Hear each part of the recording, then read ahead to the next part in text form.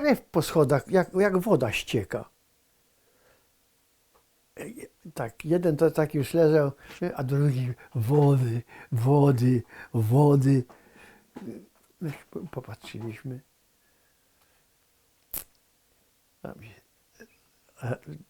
Żadnej litości. Żadnej litości, bo można było dobić. Bo, a on chciał wody, ja mówię, a zdychajcie sobie powoli. Okazuje się jednego dnia, że przychodzi łącznik i mówi, macie być o tej godzinie tu i tu w tym miejscu, bo być może, że będzie coś się stanie. No to całą noc siedzieliśmy w jednym takim domu niewykończonym, gdzie trzeba było drabinę wstawiać, żeby wejść na piętro. Nic nie było. Drugi alarm, też noc siedzieliśmy i nic. I trzeci alarm na ulicy Miedzianej szkoła, tam mieliśmy się spotkać o godzinie 5, znaczy wcześniej trzeba było przyjść. Przyszliśmy, no i to się zaczęło. O godzinie przed 5 przychodzi Sitarz, ten nasz porucznik Czesław Sitarz, mój dowódca bezpośredni z 7. Kompanii Motorowej Iskra. Nie wie, chłopaki, powstanie. Idziemy, mamy zająć tak koszary na ciepłej policji granatowej, ale jakie uzbrojenie. Ja dostałem 2 butelki z benzyną. To było bardzo małe.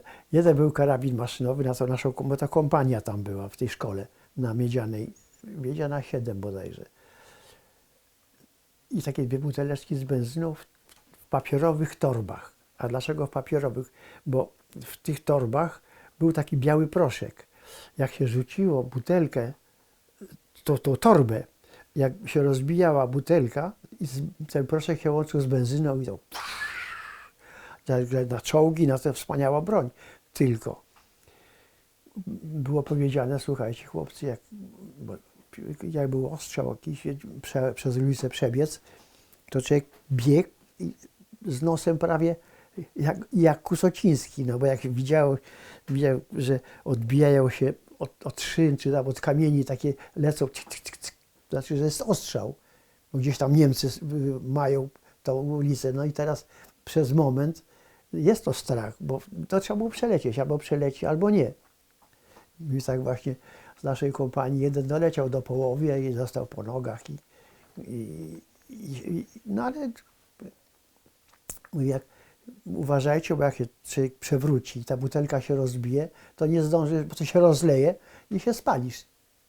A na placu Napoleona, gdzie ja tam miałem cały ten sprzęt motorowy pod swoją opieką, był ciężki nalot, ale to poczta główna. Wiecie, gdzie poczta główna bywa? Znaczy, teraz jest tam poczta, ale przedtem ona była przesunięta bardziej ku Wareckiej.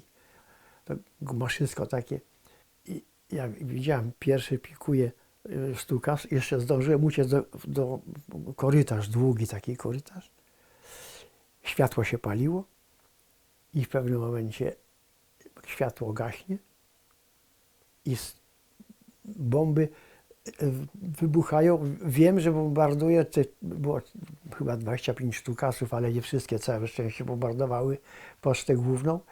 I ja tak stoję przy murze i to jest takie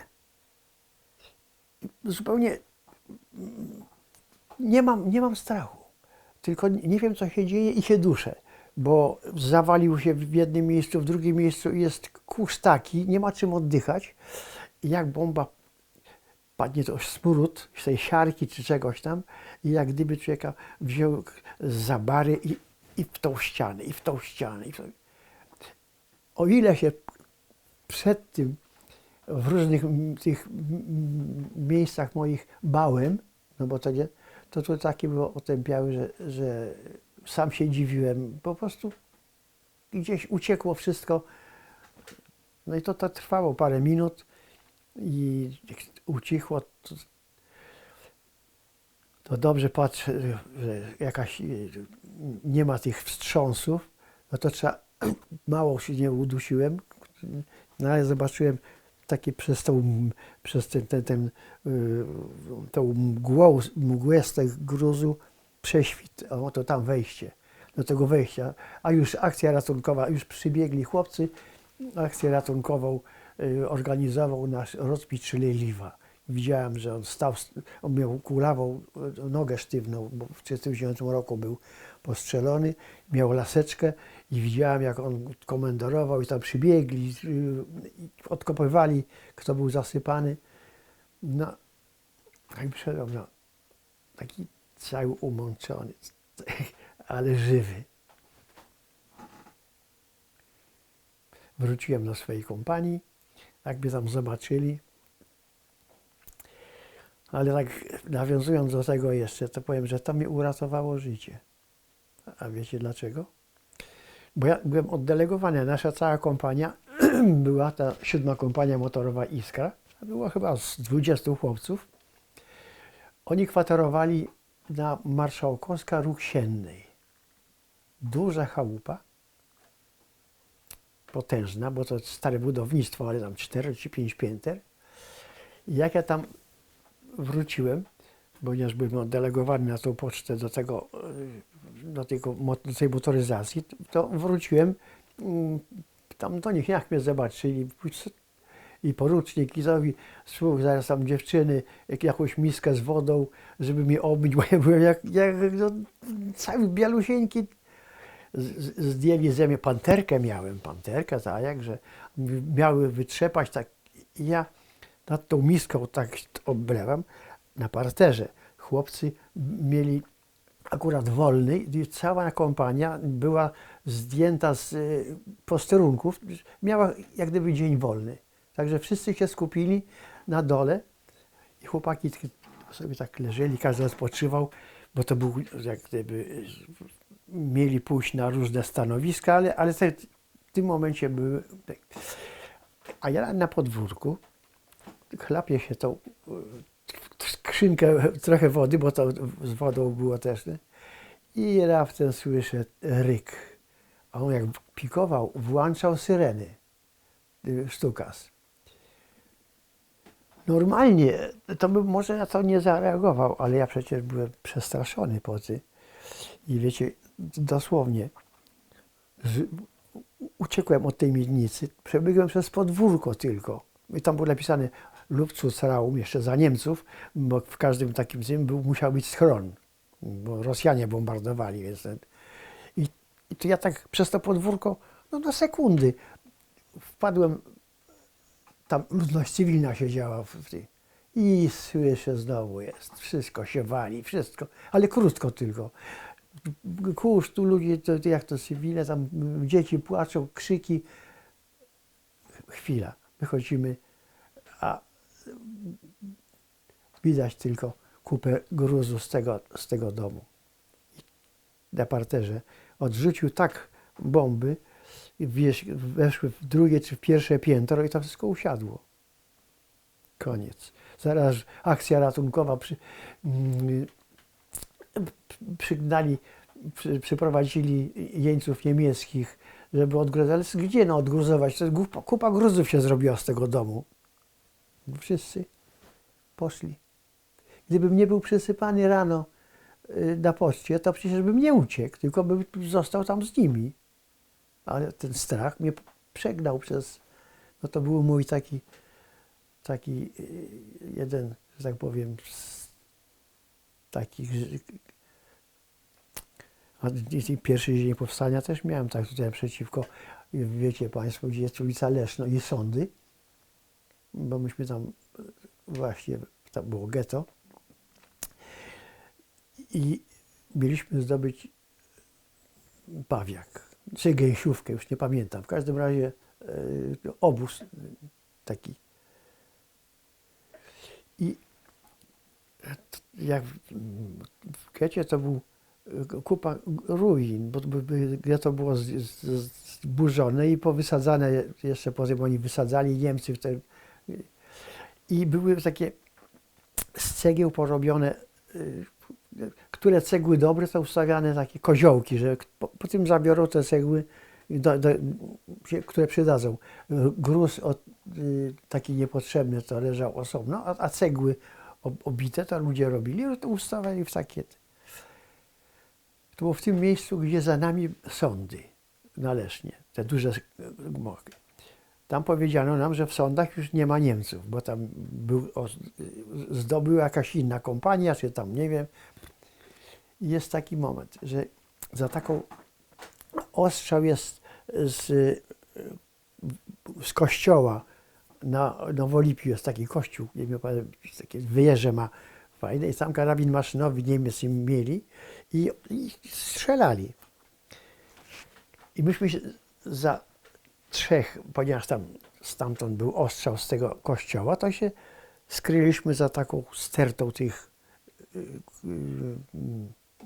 cegieł, no żeby i czekamy na rozkazy dalsze, bo nasi wodzowie byli w takim pomieszczeniu, które jeszcze ocalało jakoś 4 ściany i sufit, taki jakiś pokój ocalał z całego, z tych gruzowisk. Oni tam, także to było, no, i w pewnym momencie 3 nas jest.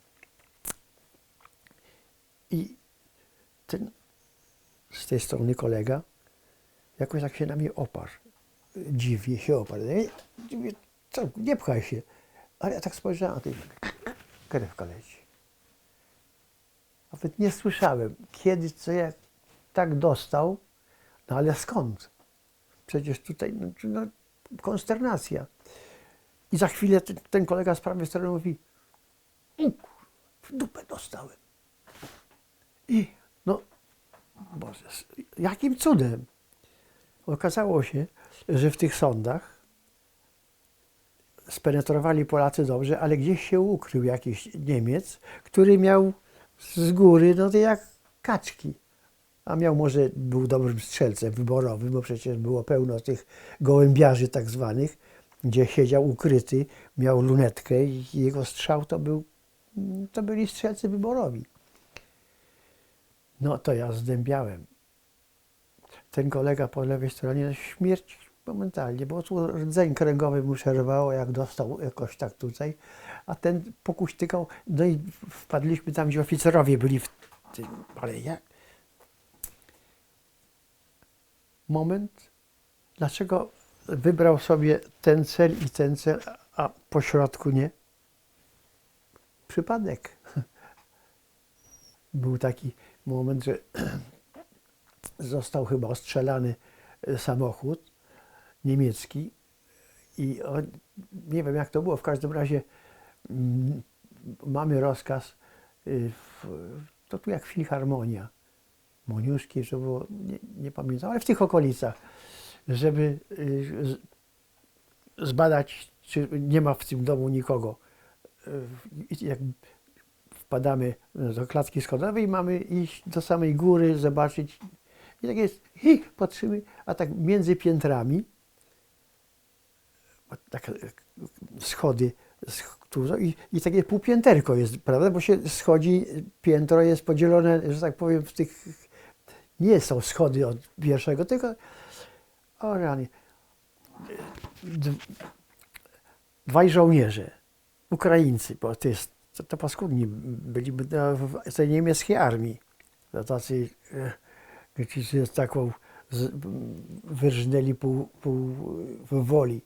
To taka była tego, jak on, Diverlangera, taka wredna. Ale to patrzymy, oni tak jeszcze dosłownie krew po schodach, jak woda ścieka. Tak, jeden to tak już leżał, a drugi wody. Popatrzyliśmy.